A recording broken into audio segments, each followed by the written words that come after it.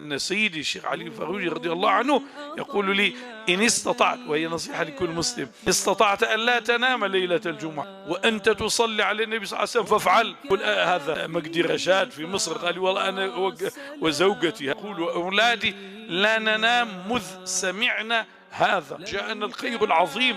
قال لي: حتى إن ولده أنشأ قناة خاصة تشرف فضائل الصلاة على النبي صلى الله عليه وسلم. قال لي: بعدما أنشأها بأسبوع رأيت النبي صلى الله عليه وسلم فقال لي: اشكر ولدك بالنيابة عني. الله أكبر. اللهم صل على سيدنا محمد وعلى آله وأصحابه أجمعين. أكثر الصلاة عليه في الليلة الغراء ليلة الجمعة. سميت بذلك لكثرة أنوارها، ليلة مباركة، واليوم الأزهر ويوم الجمعة. وسمي بذلك لكثرة تنزل ملائكة السماء فيه. فإن صلاتكم تعرض عليه، صلاتنا معروضة على نبينا صلى الله عليه وسلم. كل باب أغلق عليك فتحوا بكثرة الصلاة على النبي صلى الله عليه وآله وأصحابه أجمعين. تريد علما، تريد رزقا، تريد مالا، تريد شفاء، تريد خيرات، تريد بركات، تريد الأنوار، بكثرة الصلاة على النبي صلى الله عليه وسلم. لكن بالإكثار. لسيد العارف أبو طالب المكي رحمه الله: أقل الأكثرية 300 مرة. وقال سيد الإمام الحجة الشيخ عبد الله سراج الدين رحمه الله: إذا أوصلتها إلى 1000 مرة فذاك خير لك. إذا انفتح باب الصلاة على رسول الله اعلم أنك أصبحت من أصحاب الصلة برسول الله. هذه الصلة تتفاوت. بعض الناس بيدخل في الشفاعة، طيب واللي بيصلي على النبي أكثر ممكن يدخل تحت اللواء، واللي يصلي على النبي أكثر يكون من أول الوفود معاه إلى الجنة. وهكذا كلما صلى الإنسان على رسول الله صلى الله عليه وسلم كانت وصلته أقوى ووصلته أرجى ووصلته أعلى.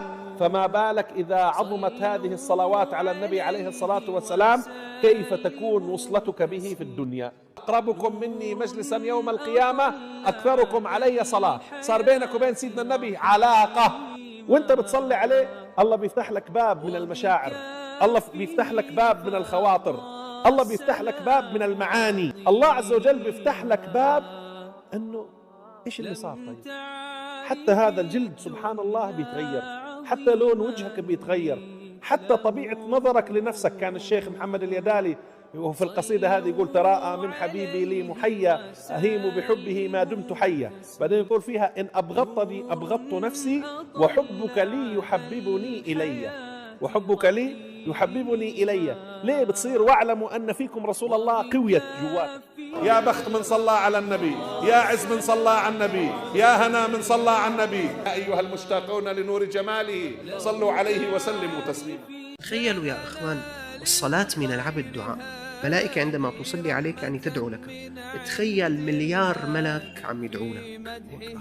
أنت إذا رجل صالح دعا لك بتفرح، أنت إذا والدتك دعت لك بتفرح، فما بالك إذا مليار ملك من الملائكة عم يدعو لك؟ ما بالك إذا مليارات من الملائكة يدعون لك؟ الله أكبر، شو هالفائدة وما هذه الفضيلة. فضلا أن الله عز وجل يصلي عليك يعني ينقلك من الظلمات إلى النور. قال رسول الله صلى الله عليه وسلم: من صلى علي صلاة صلى الله عليه بها 10. رواه مسلم. أنتم تعلمون يا أخوان، واحدنا يكون في قلبه الحقيقة مرض يزعجه، عنده حقد، الله وكيلك أنا متمني روحه يعني، بس حميد الله أنه أنا ما عم روحه، بس ما بقدر أدرى أنه هو نجح. الغيبة العلقانة بلساني، هي متضايقة من حالة أنه أنا ليش هيك كل ما قعدت مع نسوان بنزل بها الغيبة. بدي قيم الحقد، شلون بدي قيم الحسد، شلون بدي طهر قلبي؟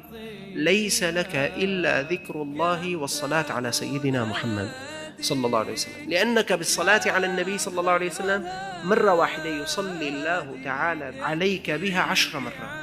والصلاة من الله عز وجل نقلة من الظلمات إلى النور، نقلة من السوء إلى الصلاح، نقلة من الشر إلى الخير، نقلة من ظلمات القلب إلى نور القلب.